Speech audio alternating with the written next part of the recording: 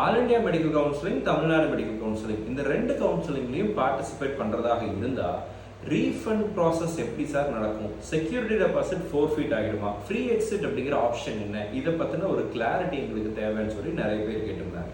ஒருவேளை நீங்கள் all India quota and Tamil Nadu or other state counselling எல்லாமே பார்ட்டிசிபேட் பண்ணக்கூடிய மாணவர்களாக பெற்றோர்களாக இருந்தீங்கன்னா இந்த வீடியோ உங்களுக்கான வீடியோ தான். தமிழ்நாடு பொறுத்த வரைக்கும் ஃபர்ஸ்ட் ரவுண்ட் அப்படிங்கிறது ஃப்ரீ எக்ஸிட். ஆல் இண்டியா கோட்டாலையும் ஃபர்ஸ்ட் ரவுண்டுங்கிறது ஃப்ரீ எக்ஸிட்.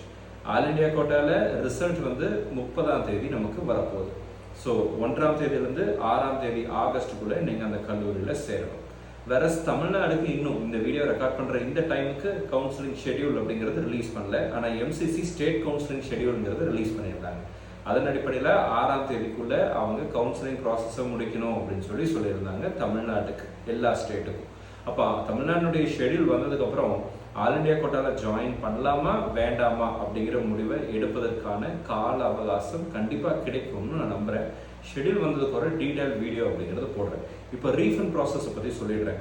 ரீஃபண்டை பொறுத்த வரைக்கும் செக்யூரிட்டி டெபாசிட் எப்போல்லாம் நமக்கு திரும்ப கிடைக்காம போகும் அப்படின்னா, நீங்கள் first round of all India counselling வரைக்கும் நீங்கள் சீட்டில் சேராமல் போனாலும் சரி, அல்லது சேர்ந்துட்டு ரிசைன் பண்ணாலும் சரி, செகண்ட் ரவுண்ட் ஆரம்பிக்கிறதுக்கு முன்னாடி நீங்கள் செஞ்சுட்டீங்க, ரிசிக்னேஷன் பண்ணிட்டீங்க அப்படின்னா ரீஃபண்டுக்கு நீங்கள் எலிஜிபிள்.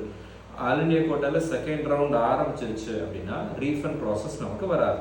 அதே மாதிரி தான் ஸ்டேட்லேயும், எல்லா ஸ்டேட்லேயுமே ஃபர்ஸ்ட் ரவுண்ட் மட்டும்தான் ஃப்ரீ எக்ஸிட்டாக இருக்கும். தமிழ்நாட்டில் செகண்ட் ரவுண்டு ஒரு பர்டிகுலர் டேட் வரைக்கும் ரிசிக்னேஷனுக்கு டைம் கொடுக்குறாங்க.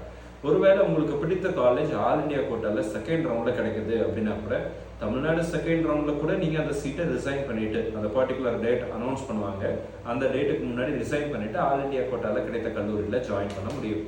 செக்யூரிட்டி டெபாசிட் ஃபோர்ஃபீட் ஆகாது.